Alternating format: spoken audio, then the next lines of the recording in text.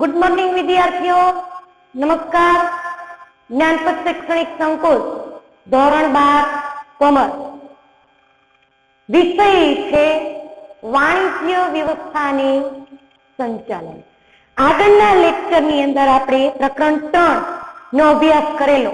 પ્રકરણ 3 નું નામ છે આયોજન અને હાલની આ પરિસ્થિતિને ધ્યાનમાં લઈ અભ્યાસક્રમના અમુક મુદ્દા જે રદ કરેલ છે। જ્યારે પ્રકરણ 3 માં સમગ્ર પ્રકરણ રાખેલું છે, એવી જ રીતે પ્રકરણ 4 માં છે કે પ્રકરણ 4 વ્યવસ્થા તંત્ર, એમાં એક પણ ટોપિક એવો નથી કે જે આપણે રદ કરેલ છે, એટલે સમગ્ર અભ્યાસક્રમને વ્યવસ્થિત ભણવાનો।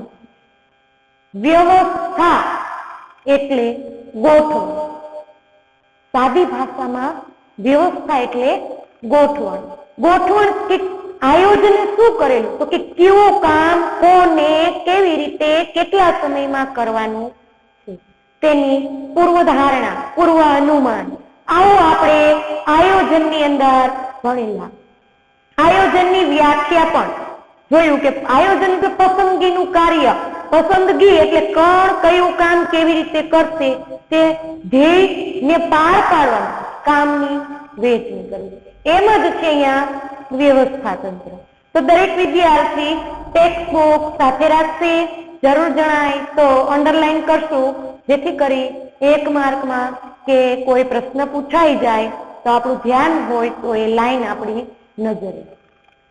વ્યવસ્થા તંત્ર બોર્ડની પરીક્ષામાં આ પ્રકરણનો ગુણભાર છે 10 માર્કમાં આ ચેપ્ટર બોર્ડની પરીક્ષામાં પૂછાય। જોઈએ, પહેલો જ ખ્યાલ છે પ્રસ્તાવના। આયોજન દ્વારા એકમના ધ્યેય સુનિશ્ચિત કરવામાં આવે અને સંચાલનની સફળતાનો આધાર માત્ર આયોજન પર નથી પણ આયોજનના અસરકારક અમલ પર રહેલો છે। એટલે આપણે જો યોજનાના પ્રકારમાં જોયું છે, કાયમી યોજના, સુનિશ્ચિત યોજના, એક ઉપયોગી યોજના, આકસ્મિક યોજના। આયોજન દ્વારા કેવું કામ કોણ કેવી રીતે કરશે તેનો ધ્યેય, હેતુ, લક્ષ્ય સુનિશ્ચિત સારી રીતે નક્કી કરવામાં આવે છે। એટલે સફળતાનો આધાર માત્ર આયોજન પર નથી, ખાલી કામગીરી નક્કી કરી દીધી કે ભાઈ આ કામ કોણ કરશે કેવી રીતે, પણ કયું કામ કોના દ્વારા કેવી રીતે પાર પાડવામાં આવે છે, કોને કેવી સત્તા સોંપવામાં આવે છે તેના પર રહ્યું છે। એટલે કે આયોજનના અસરકારક અમલ, ધ્યેયને સફળ કરવા માટે વહીવટી માળખું રચના કરવા માટે જે પણ બંધારણ ઘડવામાં આવે એને કહેવાય વ્યવસ્થા તંત્ર। ફરીવાર, આયોજનના અસરકારક અમલ માટે, ધ્યેયને સિદ્ધ કરવા માટે, સફળ કરવા માટે એક વહીવટી માળખું એટલે વ્યવસ્થા તંત્ર। આગળ જોઈએ કે જ્યારે એક એકમનો, કોઈ કંપનીનો ધ્યેયને સફળ કરવા માટે, સિદ્ધ કરવા માટે એક કરતા વધુ વ્યક્તિઓ સહકારથી કામ કરતા હોય છે અને આ સહકારની કામગીરી માટે એકમના અસરકારક વ્યવસ્થા તંત્રની આવશ્યકતા। અસરકારક એટલે અસર ઉપજાવે તેવું વહીવટી માળખું જરૂરી છે।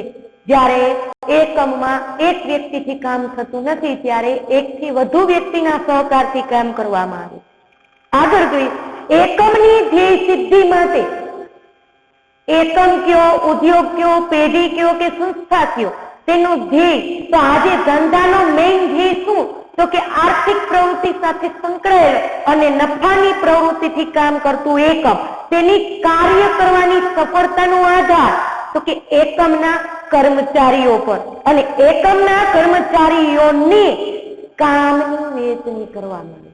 એકલો કર્મચારી કામ કરે અને એકથી વધુ વ્યક્તિ ભેગા મળીને કામ કરે તો કંઈક શ્રેષ્ઠ કામ અપનાવવામાં આવે છે। એટલે શું થાય, તો કે કામની વહેંચણી થઈ, કામની વહેંચણી થઈ, જ્યારે એક વ્યક્તિનો વિચાર કામ કરતો બંધ થાય તો બીજી વ્યક્તિ તેના વિચાર ઉમેરે તો એ કામ કંઈક શ્રેષ્ઠતા જ લાવે છે। ત્યારે કામની સ્પષ્ટતાની આધારે વહેંચણી થઈ, એના આધારે તો કે કર્મચારીની સત્તા નક્કી થાય, કર્મચારીના સત્તાના આધારે દરેક વ્યક્તિ પોતપોતાની જવાબદારીને નિભાવવા કામગીરી કરે છે. ત્યારે આગળ જોઈએ એકમના કર્મચારીઓ વચ્ચે કામની સ્પષ્ટતા કરવી, સત્તાની જવાબદારીની વિભાજન કરવું, સત્તાની સોંપણી કરવામાં આવે છે. જવાબદારીનું વિભાજન થતા સંચાલનમાં કે આ દરેક બાબતનું ધ્યાન લેવામાં આવે છે. સંચાલનની પ્રક્રિયા શું કરે તો કે હેતુ સુનિશ્ચિત એટલે નિશ્ચિત એટલે નક્કી, શું એટલે સારી રીતે નક્કી થાય તે માટે વિધિસર પદ્ધતિથી એને કામમાં અમલમાં મૂકવાનું કાર્ય વ્યવસ્થા તંત્ર જરૂરી. તેથી જ જો સંચાલનને એકમનું ધંધાકીય સાહસનું કે પેઢીનું મગજ કીધું છે, ત્યારે આયોજનીમાં શું પૂરે છે તો કે પ્રાણ પૂરે. અને એ પ્રાણ પૂરેલા આયોજનથી વ્યવસ્થા તંત્ર શારીરિક માળખું છે. એકમમાં એ કામગીરી કરાવવા માટે શરીરની રચના એટલે કે વ્યવસ્થા તંત્ર હોવું જરૂરી છે. ફરીવાર પરીક્ષામાં વિકલ્પમાં એવું પૂછાય, સંચાલન એ એકમનું મગજ છે, આયોજનના પ્રાણ પૂરે છે, તો વ્યવસ્થા તંત્ર તેનું ખાલી જગ્યા છે. ઓપ્શન આપેલા હોય તો તમારે એમાંથી કયું ઓપ્શન સિલેક્ટ કરવાનું રહેશે? શરીર. આ એક અંડરલાઈન કરજો. હવે આપણે ભણવાનું છે વ્યવસ્થા તંત્રનો અર્થ. સામાન્ય શબ્દોમાં કહીએ તો સમાન ધ્યેય સિદ્ધ કરવા, સફળ કરવા પ્રવૃત્ત થયેલી વ્યક્તિઓ અને આ ભેગી થયેલી વ્યક્તિઓને સત્તા જવાબદારીની વહેંચણી કરવાનું માળખું એટલે વ્યવસ્થા તંત્ર. ફરીવાર સમાન એટલે જે નક્કી કરેલું એક સરખું લક્ષ્ય છે એને સફળ કરવા માટે જે પણ કોઈ વ્યક્તિ પ્રવૃત્ત એટલે પ્રવૃત્તિમાં જોડાય છે એવી વ્યક્તિઓને સત્તા જવાબદારીની સોંપણી કરવામાં આવે તેને વ્યવસ્થા તંત્ર કહેવાય. વ્યાખ્યા છે ચેસ્ટર બર્નાર્ડ. તમારી ટેક્સ્ટબુકમાં પરીક્ષામાં પૂછાય કે વ્યવસ્થા તંત્રની વ્યાખ્યા આપી અને લાક્ષણિકતાઓ સમજાવો તો વ્યાખ્યા આવડવી જરૂરી છે. ચેસ્ટર બર્નાર્ડ ના જણાવ્યા મુજબ બે કે તેથી વધુ વ્યક્તિઓના સહકાર દ્વારા થતી પ્રવૃત્તિ એકલા વ્યક્તિથી કામ થતું નથી. એકમનું કાર્યક્ષેત્ર વિશાળ છે એટલે એકથી વધુ વ્યક્તિની જરૂર પડવાની અને એકથી વધુ વ્યક્તિ એકબીજાના સહયોગથી, સહકારથી, સંકલનથી, એકસૂત્રતાથી કામ કરે છે. આવી પ્રવૃત્તિને વ્યવસ્થા તંત્ર કહેવાય છે. લુઈસ એલન એની વ્યાખ્યા આપે છે. લુઈસ એલન વ્યવસ્થા તંત્રને પ્રક્રિયા તરીકે ઓળખાવે છે. જો લુઈસ એલનના જણાવ્યા મુજબ વ્યવસ્થા તંત્ર એવી પ્રક્રિયા છે કે જેમાં નિશ્ચિત નક્કી કરેલો હેતુ સિદ્ધ સફળ કરવા માટે લોકો વધુમાં વધુ અસરકારક સારી અસર ઉપજાવે તેવું કાર્ય કરી શકે તે હેતુથી, તે લક્ષ્યથી કાર્યની સ્પષ્ટતા કરવી કે કયો વ્યક્તિ કયું કામ કરશે. ઉત્પાદન વિભાગના કર્મચારીએ શું કામ કરવું, વેચાણ વિભાગના કર્મચારીએ શું કામ કરવું, કાર્યની વહેંચણી કરવી, કાર્યનું વર્ગીકરણ કરવું. હવે એકલો વ્યક્તિ કામ કરે તો થાકી જવાનું, થાકી જાય એટલે સારું કામ થતું નથી. એટલે કામનું વિભાજન કરવું, સ્પષ્ટતા કરવી, વર્ગીકરણ કરવું અને જવાબદારી અને સત્તા સોંપણી કરવા તેમજ સંબંધો સ્થાપવાની પ્રક્રિયા એટલે વ્યવસ્થા તંત્ર. આ વ્યાખ્યા કોણે આપેલી? લુઈસ એલને. વ્યાખ્યા ઉપરથી વ્યવસ્થા તંત્રનો ખ્યાલ સમગ્ર વહીવટી તથા સંચાલનની પ્રક્રિયાને અસરકારક બનાવવા, શ્રેષ્ઠ બનાવવા માટે કાર્યક્ષમ સારું કામ થઈ શકે એ વ્યવસ્થા તંત્રમાં હોવું અનિવાર્ય જરૂરી છે. ત્યારે સંચાલનની મોટા ભાગની મુશ્કેલીઓ ક્યારે ઊભી થાય તો કે બિનકાર્યક્ષમ વ્યવસ્થા તંત્રની ઘડતર હોય તો.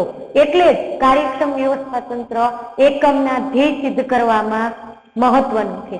તેને કારણે કે ધંધાકીય એકમ છે, પેઢી છે, ઉદ્યોગ છે, આર્થિક પ્રવૃત્તિમાં જોડાયેલી સંસ્થા છે તો કે ધંધાના એકમને નક્કી સમયમાં ધ્યેય સિદ્ધ કરી શકતું નથી. જો મુશ્કેલીઓ વારંવાર આવી પડે તો એ મુશ્કેલી નિવારવા જાય ત્યારે એકમનો મેઇન કોન્સેપ્ટ, મેઇન ધ્યાન કે જે લક્ષ્ય છે ત્યાં સુધી પૂરું તો કામ થતું નથી. તેથી જ જો કોઈ ધંધાનું એકમ હોય તો તેની પાસે યોગ્ય અસરકારક શ્રેષ્ઠતા ઉપજાવે તેવું વ્યવસ્થા તંત્ર હોય તો જેટલા સાધનો છે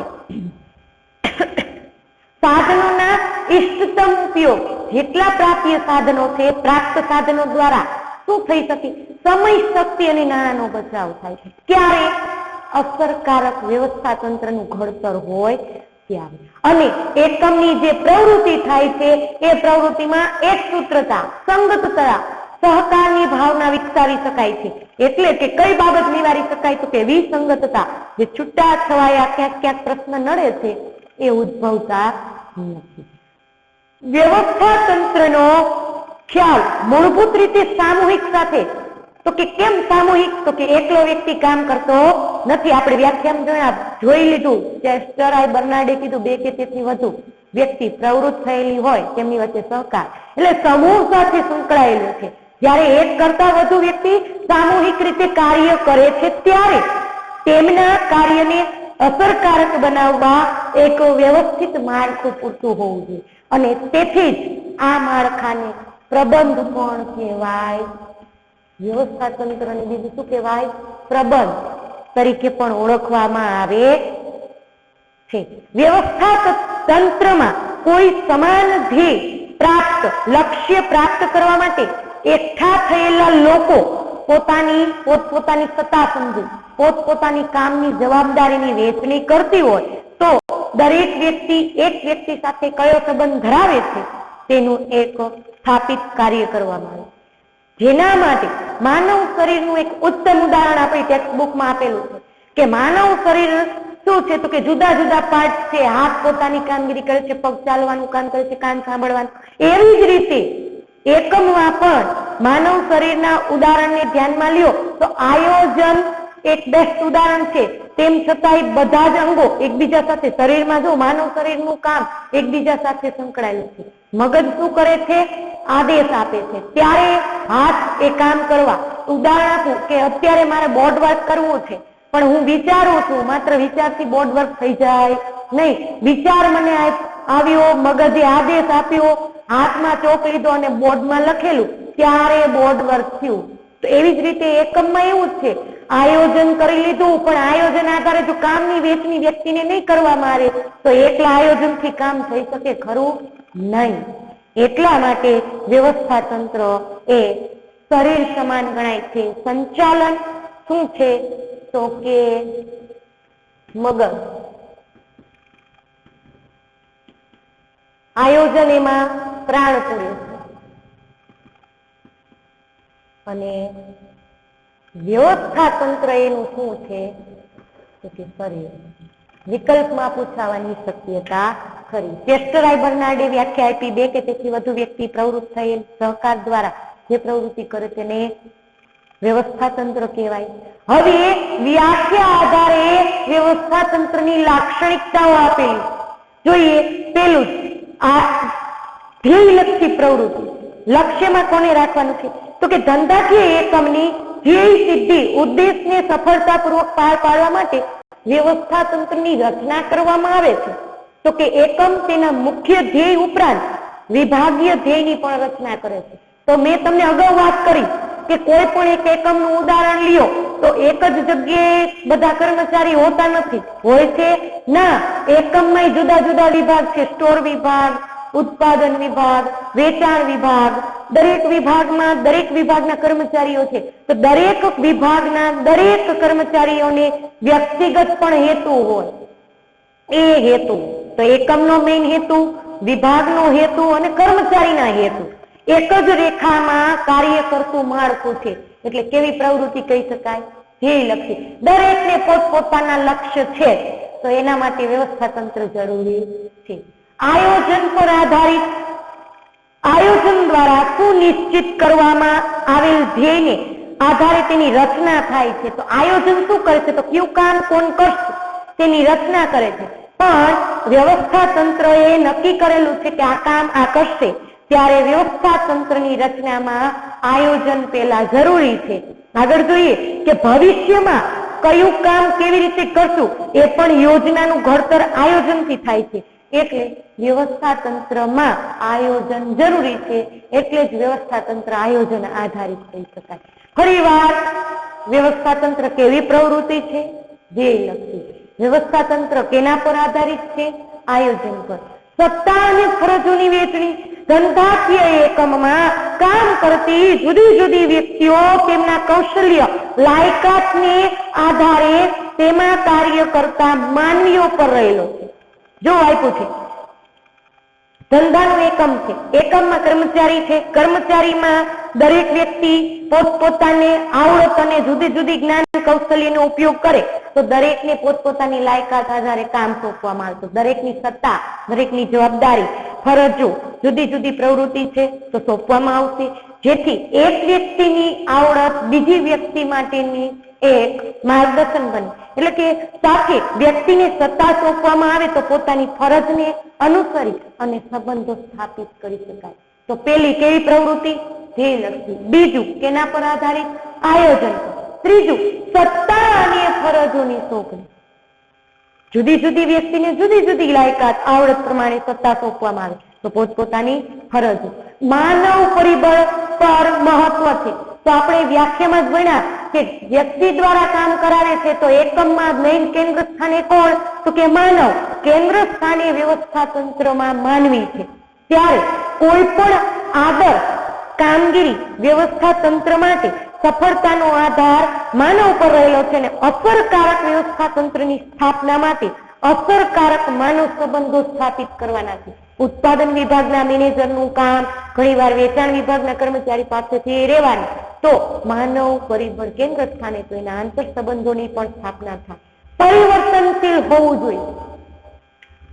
એકવાર વ્યવસ્થા તંત્રની રચના થયા પછી તેમાં ફેરફાર કરી શકાય નહીં. તો કે કેમ? પણ આજના આ વર્તમાન સમયને ધ્યાનમાં રાખો તો પરિવર્તન આવશ્યક છે, પરિવર્તન જરૂરી છે. કે બદલાતા જતા સંજોગો, બદલાતી જતી પરિસ્થિતિને અનુસાર તમે જોવા જાઓ તો વ્યવસ્થા તંત્રને અનુકૂળ અસર હોય એવી ફેરફારો કરવી જોઈએ. નવી ટેકનોલોજી, નવું સંશોધન, જેના કારણે નવી શોધખોળથી ધંધાકીય પર્યાવરણમાં એકમ કેમ વધુ શ્રેષ્ઠતા નફો કમાય એના માટે વ્યવસ્થા તંત્રમાં ફેરફાર કરવો જરૂરી છે. એટલે પરિવર્તનશીલ હોવું જોઈએ. આંતર સંબંધોની સ્થાપના. તો કે એકમમાં એક જ વ્યક્તિ કામ નથી કરતો, એકથી વધુ કર્મચારી એકથી વધુ વિભાગના એકમ સાથે જોડાયેલા છે. ત્યારે હોદ્દા, વિભાગો અને વ્યવસ્થા તંત્રના કાર્ય એકબીજા સાથે સંકળાયેલા હોવાથી એકનું કાર્ય બીજાના કાર્ય સાથે, એકનો હોદ્દો બીજાના હોદ્દા સાથે સંબંધ સ્થાપિત કરે છે તો સંબંધોની સ્પષ્ટતા કરે છે. દેખરેખ અને અંકુશ. તો કે માનવ પરિબળ છે ને, માણસ ક્યારેક વિચારો કલ્પનામાં ખોવાઈ જાય એટલે તેના ઉપર દેખરેખ રાખવી પડે, તેના ઉપર અંકુશ રાખવો પડે, તેના ઉપર નિયંત્રણ રાખવું પડે. શું કામ? તો કે એકમમાં જે પણ કામ થાય છે, જે પણ કામગીરીની વહેંચણી થઈ છે તે એક સૂત્રતા અને અંકુશના આધારે મૂળભૂત જરૂરિયાતથી કર્મચારીને જે સોંપવામાં આવેલું કામ છે તે સત્તા, જવાબદારી અને ફરજોને અનુલક્ષીને કામ કરે છે કે કેમ તે જોવું. એટલે દેખરેખ અને અંકુશ જરૂરી. સામૂહિક પ્રવૃત્તિ. આપણે વાત કરી એક હાથે તાલી પડે નહીં, બીજા હાથની જરૂર પડે. એમ આયોજને ઘડેલું કામ એકલા હાથે થતું નથી. એકમમાં એકથી વધુ વ્યક્તિ પ્રવૃત્તિમય છે. ત્યારે એક વ્યક્તિ બીજા વ્યક્તિ સાથે કામ કરે છે તો ધ્યેય સુધી પહોંચાય છે કે નહીં તેના માટે પ્રયત્નશીલ. એટલે ધ્યેય સિદ્ધિમાં એકબીજાના સહકારની જરૂર છે. વિના સહકાર નહીં ઉદ્ધાર એ વ્યાખ્યા પ્રસ્થાપિત કરે છે વ્યવસ્થા તંત્ર. વિના સહકાર નહીં ઉદ્ધાર એ એક સ્લોગન સાબિત કરવા માટે વ્યવસ્થા તંત્રનું બેસ્ટ ઉદાહરણ છે. સહયોગથી, સહકારથી, સંકલનથી, એક સૂત્રતાથી કામ થાય તો વ્યવસ્થા તંત્રના માળખાનો જે ધ્યેય છે એ સરળતાથી પહોંચી શકાય. નિયંત્રિત માળખું. વ્યવસ્થા તંત્ર એક ચોક્કસ પ્રકારનું નિયંત્રિત માળખું છે.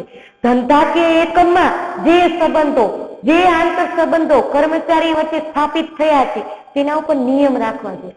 એટલે એકમમાં કઈ કર્મચારીને દાખલ થવું, ક્યારે બ્રેક આપવી, નહીતર તો કર્મચારી કામ કરે છે ને આજનો આધુનિક સાધન છે મોબાઈલ, મજા આવે તો એ કામના સમયે મોબાઈલ લઈ લે તો વાતુના વડા કરવા બેસી જાય છે અને કામગીરી અટકી પડે છે અને મોટા ભાગે બિનકાર્યક્ષમ વ્યવસ્થા તંત્રની રચના થાય છે. એટલે જ એકમમાં વ્યવસ્થા તંત્રમાં નિયંત્રિત માળખાની રચના કરવામાં આવે છે. તો આપણે આજે શું ભણ્યા તો કે વ્યવસ્થા તંત્ર એટલે ગોઠવણ, બીજું નામ છે એનું પ્રબંધ. આયોજન સંચાલનમાં મગજ, સંચાલન એકમનું મગજ છે. આયોજન એમાં પ્રાણ ફરે છે. વ્યવસ્થા તંત્ર એની શરીરની રચના છે. ચેસ્ટરાય બર્નાર્ડ અને લુઈસ એલનની વ્યાખ્યા ઉપરથી નક્કી થાય છે કે સહકારથી થતી બે કે તેથી વધુ વ્યક્તિ જોડાયેલી વ્યવસ્થા તંત્ર એક પ્રક્રિયા, એની લાક્ષણિકતાઓ ભણ્યા. એટલે હોમવર્કમાં દરેક વિદ્યાર્થીઓએ આજનું હોમવર્ક છે બંને વ્યાખ્યા લખવી અને લાક્ષણિકતાના મુદ્દા, વ્યાખ્યા એકવાર લખવી અને લાક્ષણિકતાના મુદ્દા 3 વાર લખવા. એક આજે જેટલું ભણ્યા એ 2 થી 3 વાર વાંચો એટલે તમને ખ્યાલ આવી જાય કે આમાંથી કેટલું કેટલું પૂછાય. અને મુદ્દા આવડતા હોય તો તમે વ્યાખ્યાના આધારે મુદ્દા પર વિસ્તૃત માહિતી લખી શકો છો. એટલે હોમવર્કમાં બંને વ્યાખ્યા લખવાની છે અને વ્યવસ્થા તંત્રની લાક્ષણિકતાના મુદ્દા, માત્ર મુદ્દા 3 વાર લખવાના છે. જે દરેક વિદ્યાર્થી હોમવર્ક નોટ કરી લેશે એટલે ખ્યાલ આવે કે વ્યવસ્થા તંત્ર સામૂહિક પ્રવૃત્તિ, સહકારની ભાવનાથી અસરકારક ઉપજાવે અને ધ્યેય સિદ્ધ કરવામાં વહીવટી માળખું છે, પ્રબંધ છે. એટલે હોમવર્કમાં યાદ રહી ગયું હશે વ્યાખ્યા એકવાર બંને ચેસ્ટરાય બર્નાર્ડ, લુઈસ એલન અને લાક્ષણિકતાના માત્ર મુદ્દા લખવાના છે 3 વાર. નમસ્કાર, જય હિન્દ, વંદે માતરમ.